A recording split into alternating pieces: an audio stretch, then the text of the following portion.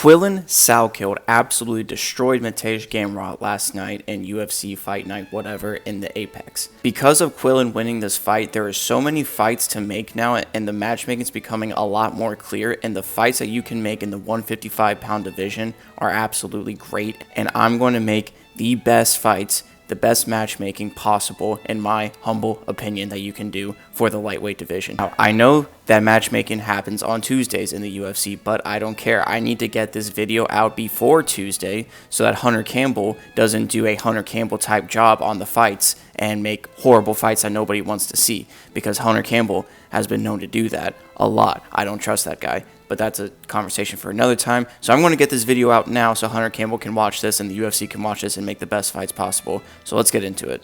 Let's start with Quillen Salkilld, the inventor of sex. When the plug has options, when the plug opens up about his or her feelings, he goes by a lot of names. Some call him a Pakistani fighter. He has a lot of nicknames, but I'm just going to call him Quillen Salkilld in this video. As I said before, Quillen Salkilld, he beat Matej Gamrot last night and proved that this guy is a top contender. He's a part of this new breed of MMA where they are so good everywhere, and he can take on so many people. Let me talk about Matej Gamrot real quick, because this guy is a UFC psyop that is being paid by Big Freestyle Wrestling. Let me explain. Big Freestyle Wrestling is employing Matej Gamrot into the UFC to where, look, this guy has great freestyle wrestling. He has submissions, and his striking looks like he's taken a few classes.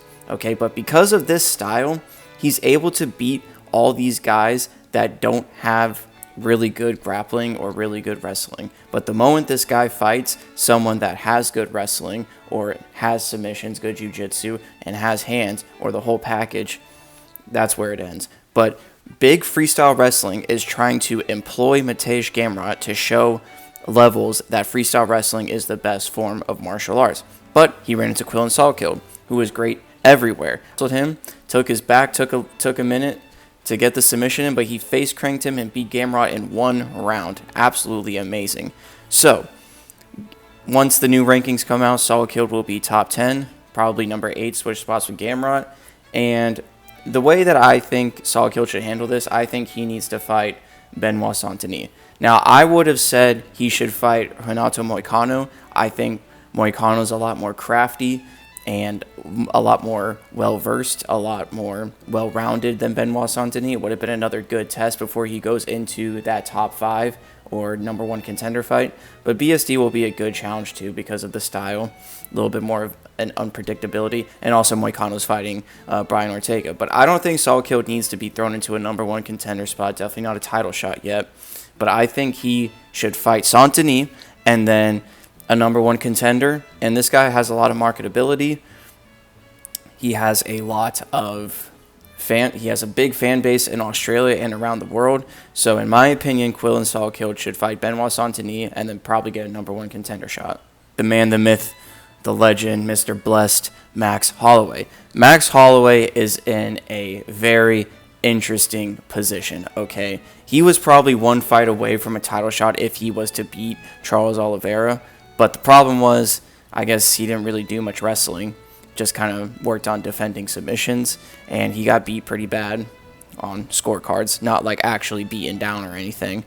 And then he had the Conor McGregor fight, which was at 170, but he won because Conor McGregor tore his ACL. So it's a 170 win, but it's not even like a really good win either. So he's kind of in a weird spot. I mean, he could fight Ilya again. He could fight Charles again. I know what to do with Max Holloway, okay? And this, if he can get past this, I think he's definitely in line for a title shot and back on track. Big free agent out there who we all know, Usman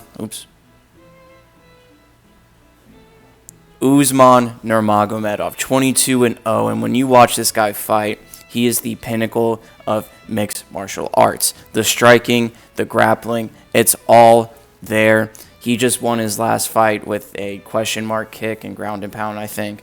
I mean, this guy, and when everybody talks about him, including his teammates in Dagestan, Khabib, Umar, his family will say he is the best. Islam will say he's the best. Everybody knows that this guy is probably the best to ever come out of this particular gym and part of the world.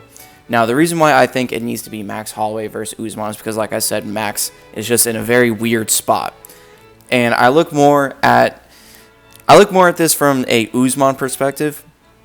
I don't think he needs to be given a title shot right away. There's so many contenders, top contenders at lightweight that deserve title shots who have done more in the UFC, of course.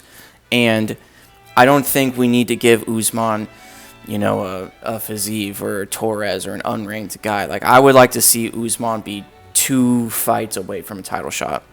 I think we don't need to be around the bush here. Islam Makhachev's not coming down. Chonko needs to work his way up to a title shot. So in my opinion, let's do Usman versus Max Holloway. Max Holloway needs a fight.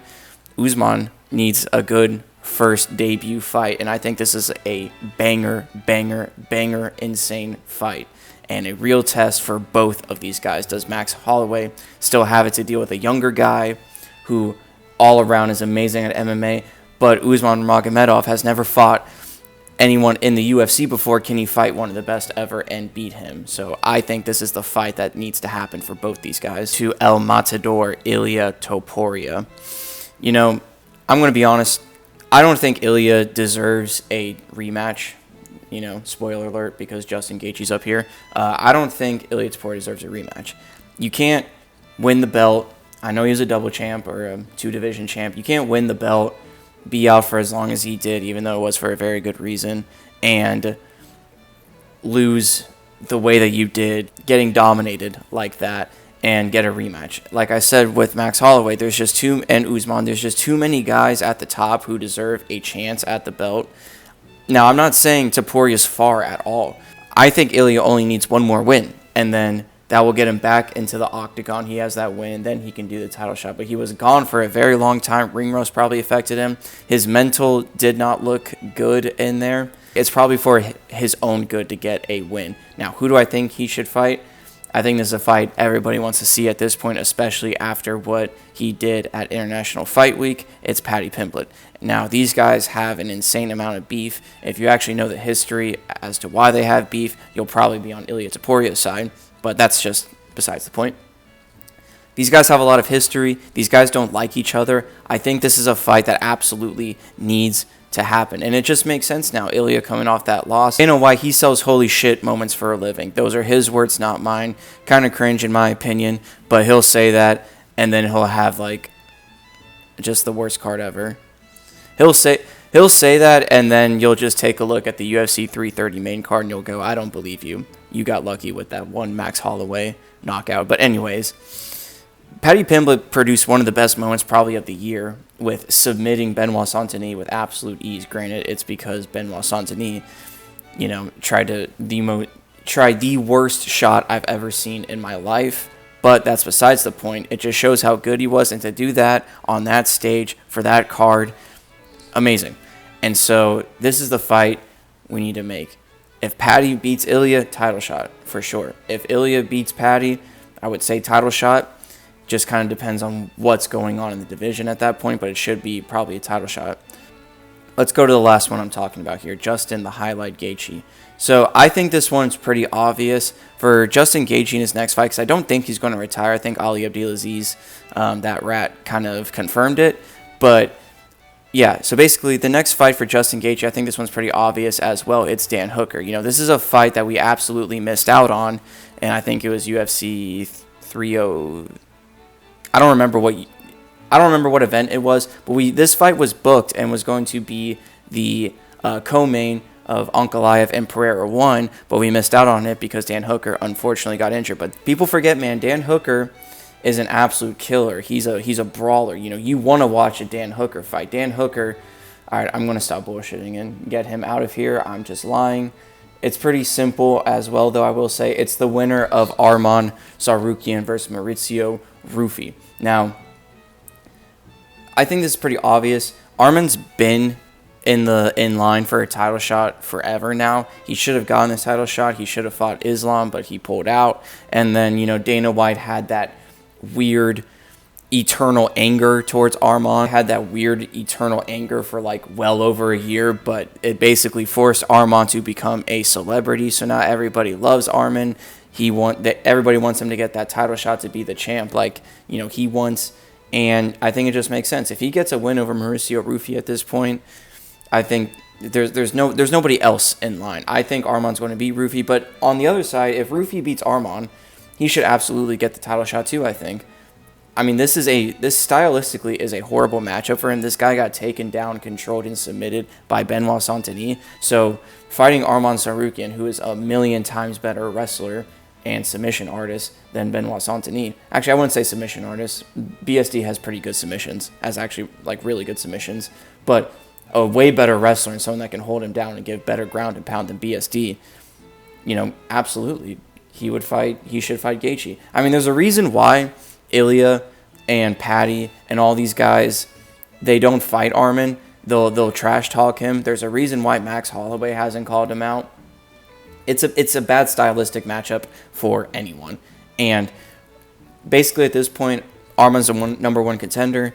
He needs his title shot. He's now a celebrity. So Dana White loves that part because he's now loved by everyone. So number one contender, loved by everyone. People love Rufy. And if Rufy's able to beat this wrestler, yeah, he should get the title shot. I think these are the fights that need to happen at the top of the division. I'll go through one more time. Let's do Quillen Salkilld, a.k.a. Inventor of Sex, versus BSD. Let's do Max Holloway versus Usman Nurmagomedov. Ilya versus Patty. And Justin versus the winner of Arman and Mauricio Rufy. So these are my fights. Hunter Campbell, don't screw this up, and you should be good. All right, I'll see you all in the next video.